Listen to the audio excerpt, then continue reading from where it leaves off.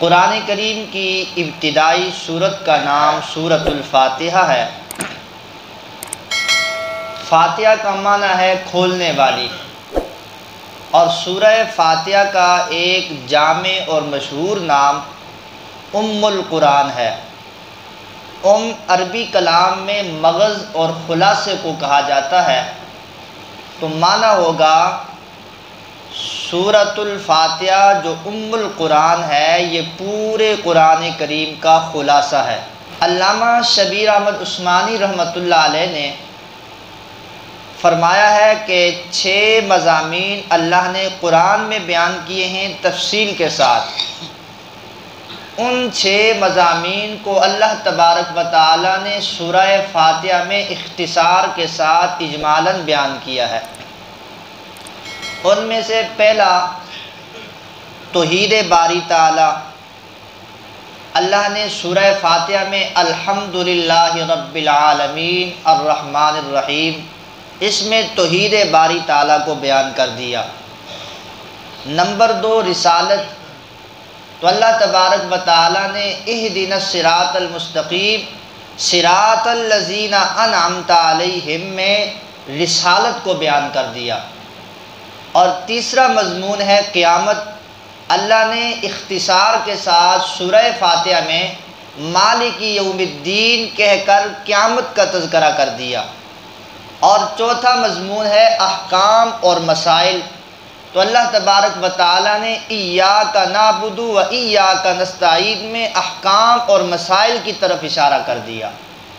Number 5 ماننے والوں کے احکام، اس میں ایاک نعبد و ایاک نستعین اہدنا الصراط، یہ ماننے والوں کے احکام ہیں۔ نمبر 6 نہ ماننے والوں کے احکام، تو غیر المغضوب علیہم ولا الضالین، یہ 6 قرآن کریم کے اہم ترین مضامین ہیں۔ ان اہم ترین مضامین کو اللہ نے سورہ فاتحہ کے اندر بند کر دیا ہے۔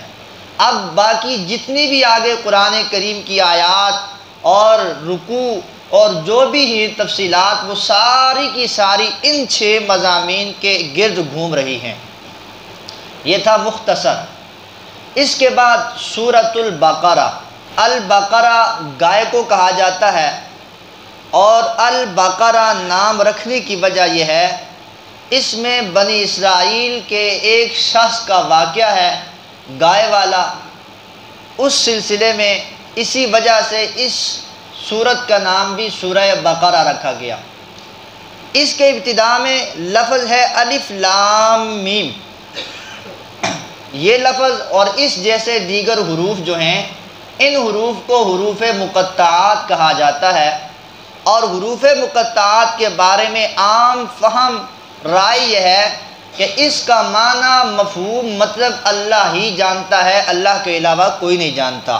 پھر ذہن میں یہ سوال ابھرتا ہے، جب ایک چیز کو اللہ کے علاوہ کوئی نہیں جانتا تو پھر قرآن کریم کا حصہ بنانے کی کیا ضرورت پڑ گئی تھی ان حروف کو، ان حروف مقطعات کو؟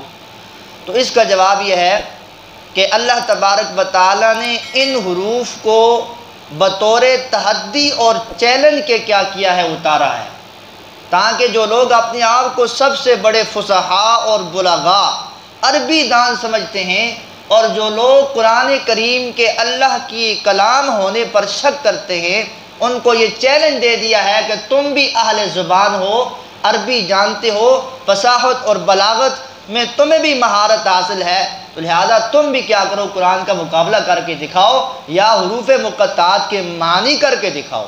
تو یہ بطور چیلنج کے ہے۔ ابتدا کے اندر اللہ تبارک و تعالی نے 3 گروہوں کا تذکرہ کیا ہے۔ نمبر 1 مومنین، نمبر 2 کفار، نمبر 3 منافقین۔ اللہ تبارک و تعالی نے مومنین کی علامات کو بیان کیا ہے، صفات کو بیان کیا ہے۔ یہ اللہ پر بن دیکھے ایمان رکھتے ہیں، توحید پر قائم رہتے ہیں، نمازیں ادا کرتے ہیں، زکوٰۃ ادا کرتے ہیں، یہ لوگ کیا ہے، کامیاب ہیں۔ اور دوسرے نمبر پر کفار ہیں کہ جنہوں نے پیغمبر صلی اللہ علیہ وسلم کی رسالت اور نبوت کو تسلیم نہیں کیا، حق کو قبول نہیں کیا۔ اور تیسرا جو گروہ بیان کیا، فرمایا کہ اس سے منافقین ہیں جو بظاہر اسلام کا دعویٰ کرتے ہیں، کلمہ پڑھتے ہیں، لیکن ان کے اندر ایمان نہیں ہے، کفر چھپا ہوا ہے۔ اور اللہ تبارک و تعالیٰ نے منافقین کی خباثات کو بیان کیا کہ ان کے اندر لالچ ہے، ان کے اندر حرص ہے، اور یہ اہل اسلام سے، مسلمانوں سے عداوت اور دشمنی رکھتے ہیں۔ اس کے بعد اللہ تبارک و تعالیٰ نے مسئلہ توحید جو مرکزی مسئلہ ہے قرآن کریم کا، یا ایھا الناس اعبدوا سے بیان کیا، فرمایا کہ اے دنیا کے لوگوں، صرف ایک اللہ تبارک و تعالیٰ کی ہی عبادت کرنی ہے۔ اور اس کے ساتھ ساتھ اللہ تبارک و تعالیٰ نے قرآن کریم کی حقانیت اور قرآن کریم کی صداقت کو بیان کیا۔ اس کے بعد حضرت آدم علیہ السلام کی خلافت کا تذکرہ کیا، کیونکہ اس کرۂ ارض پر اللہ تبارک و تعالیٰ کے اول اور پہلے خلیفہ سیدنا آدم علیہ السلام ہیں، اور فرشتوں کے ساتھ جو مکالمہ ہے اس کا تذکرہ ہوا، اور اس کے بعد حضرت آدم اور اس کے ساتھ جو ان کے مد مقابل اور پوری انسانیت کا جو دشمن ہے ابلیس، اس کے واقعے کا ذکر کیا۔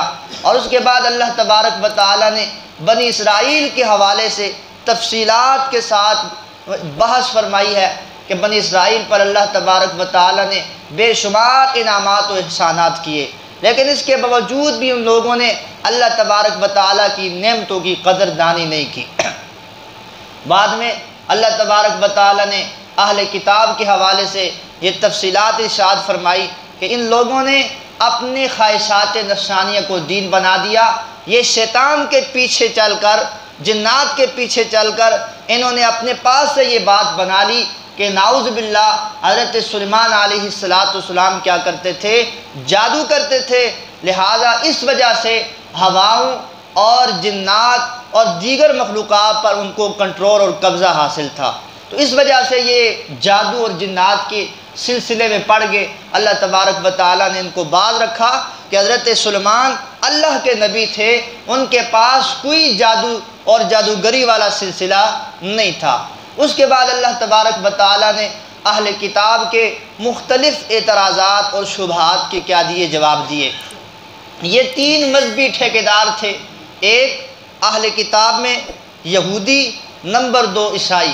یہ آپس میں لڑتے جھگڑتے تھے، ایک کہتا تھا اسی جنتیاں، ہم جنتی ہیں، اور دوسرے کہتے تھے کہ ہم جنتی ہیں۔